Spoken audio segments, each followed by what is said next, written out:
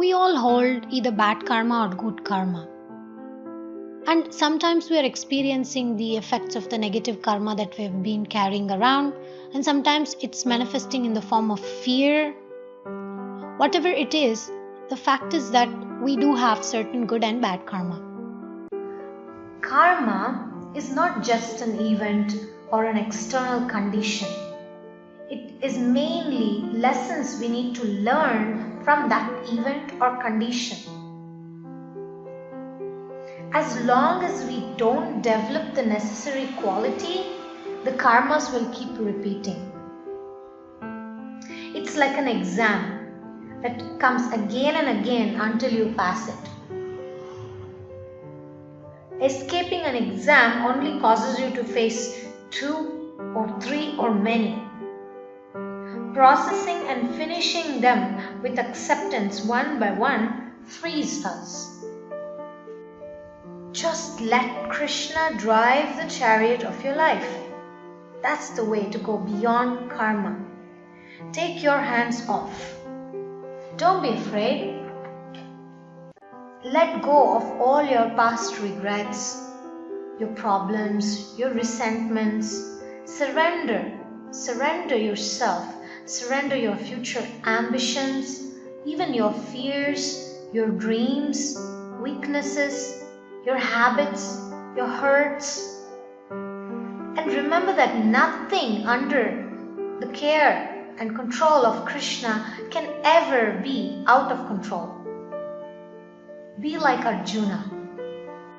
The first step in trying to work on ourselves is to accept. Whether it is certain bad karma or certain good karma, we need to accept it.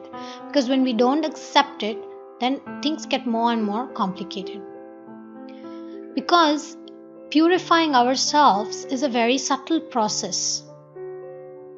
Take for example when you're trying to wash some tulsi leaves or bhel leaves, or you try to clean flowers while you're making garland and the flowers have caught dust upon it. It's a delicate process. You can't just scrub it and rub it and just use any chemical to clean it. You need to be very, very careful and delicate while you're trying to wash it and clean it, so the beautiful part doesn't get ruined. It's the same with cleaning our hearts. Cheto darpana marjanam. In order to clean the mirror of our mind, we need to act with caution. We need to act with care. Our hearts and minds are also very delicate, just like a delicate flower. We need to pay attention while cleaning them so that we are not too rough to lose the positive parts of it. Sometimes we tend to become so hard and heavy with ourselves that we are negating the positive sides of us. For example, getting up in the morning. We need to understand what is the point of that. It is a process for helping us have a smooth and productive day. But if you are unable to get up and you keep cursing yourself, you keep actually putting yourself down because of that, then the whole purpose is defeated and you will not have a positive and smooth and productive day. So we need to be gentle with our mind. We need to convince the mind why it should do something or it should not do something. We need to spend quality time with our mind. We shouldn't treat our mind like a servant from whom you want something. Rather, we should treat the mind as a friend, so it will behave like a friend. You can speak to it and say, please speak to me if you need anything or you have a specific problem. Don't just jump into resolving things. I'm with you, I'm your friend, let's work it out together. Or there are times that we need to be forgiving about ourselves. We need to analyze that those who find it easy to wake up early, they might have other issues in life. And our issue is always different from other people's issue. So we should never curse ourselves for being who we are. It's actually very easy to learn from a habit such as waking up earlier than you did yesterday. But it's harder to have a soft heart or be good in relationships. So there are priorities. There are certain things which are necessary to discipline ourselves to advance in spiritual life. And there are certain qualities that we need to develop which are much more important than just habits. So we need to be discriminating, and we need to be happy for our growth. So make a list of things that you don't want to do it and why you don't want to do it, and list of things you would like to do it and why you would like to do it, and sit down and have a quality conversation with yourself. In the Mahabharata, we can see how Dhritarashtra could not accept his blindness. This was the cause of the whole catastrophe that happened. From the beginning, because he was blind, he was unable to see who was talking to him, with what intention, with what kind of eyes and gestures. He always developed a distrust with everyone involved. And as he grew up, all his faith lied in him becoming the king. And anybody who would come against his desire was considered an enemy. So he became not only blind in the physical sense. Prabhupada says he was not just blind physically, but he was also blind from spiritual values. Why? Because of this one main factor he could not accept. Even later in life, when Dhritarashtra was told that he cannot become the king because he is blind, still he became very angry, could not accept that situation. And when Gandhari married him and she tied a cloth around her eyes, he became even more angry because he could not appreciate what Gandhari was doing for him. So similarly, Dhritarashtra always remained dissatisfied and unable to accept his karma. And he even trained Duryodhan to think in the similar way. So Duryodhan did not have any rights. He did not have the right for the throne, but he still fought for it.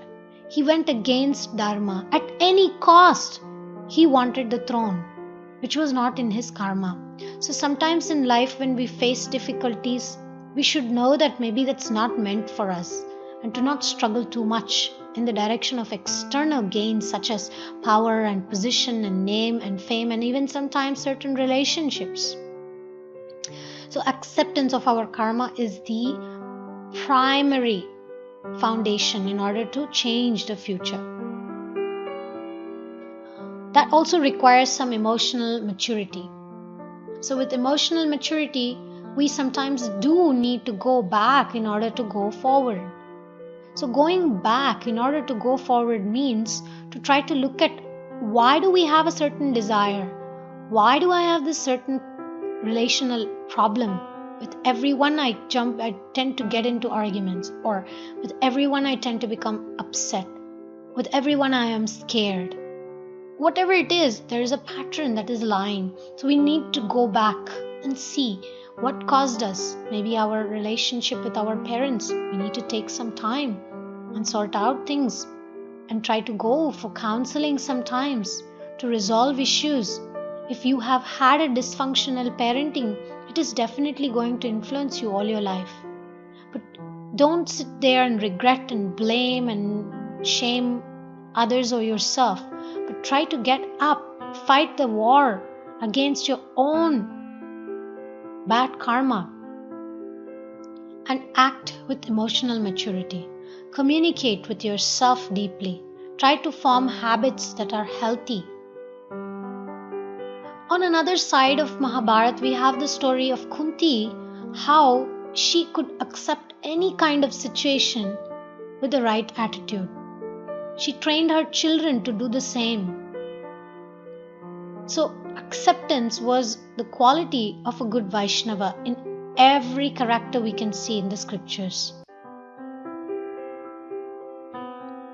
After Kunti Devi married Pandu Maharaj, and then later on when they were roaming about in the forest, Pandu Maharaj got cursed and Pandu decided to go into the forest. Kunti Devi accepted that fate, that destiny.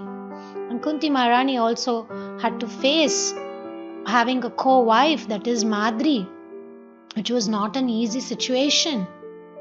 Whereas Gandhari did not have co-wives, she was the only wife. Whereas Kunti, this wife of Pandu, had another co-wife.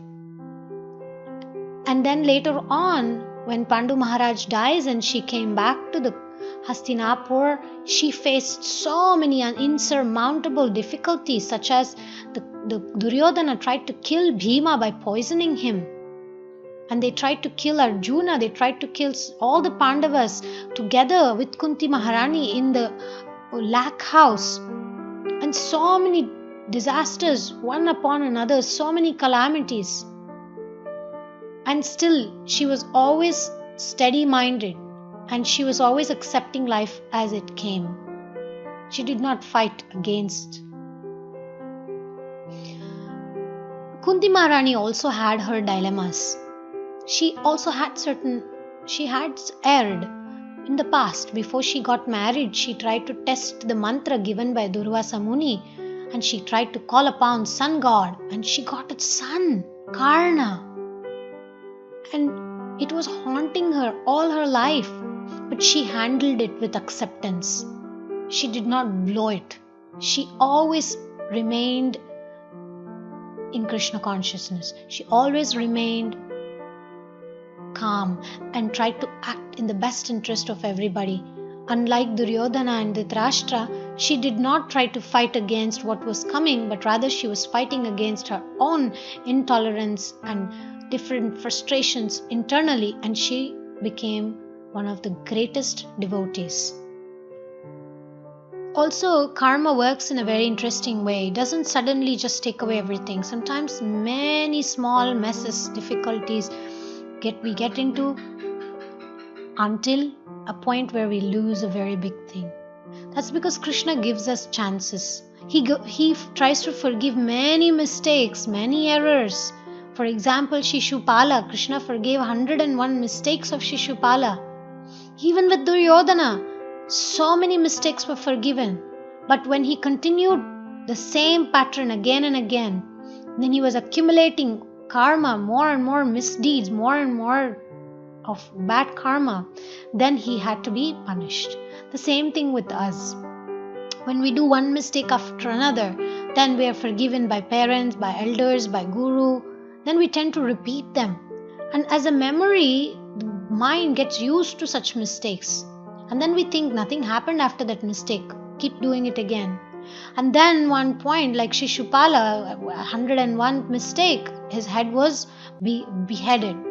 So we must guard against doing mistakes. We should not take advantage, and we should not take some people in our life for granted, or certain opulence we have. We should not take it for granted, because Krishna, in the form of these devotees, or in the form of these people in our lives, or in the form of facilities, may tolerate us, but Krishna may take them away at any point. So we must always be at guard. So the essence of this is acceptance of both bad karma and good karma, acceptance of bad karma as a tendency that we need to work on, and acceptance of the good karma by being grateful and not taking advantage of things. And that purification is a subtle process, and we need to be delicate and careful while doing it, and we should not be harsh and rude and cruel with ourselves. Hare Krishna.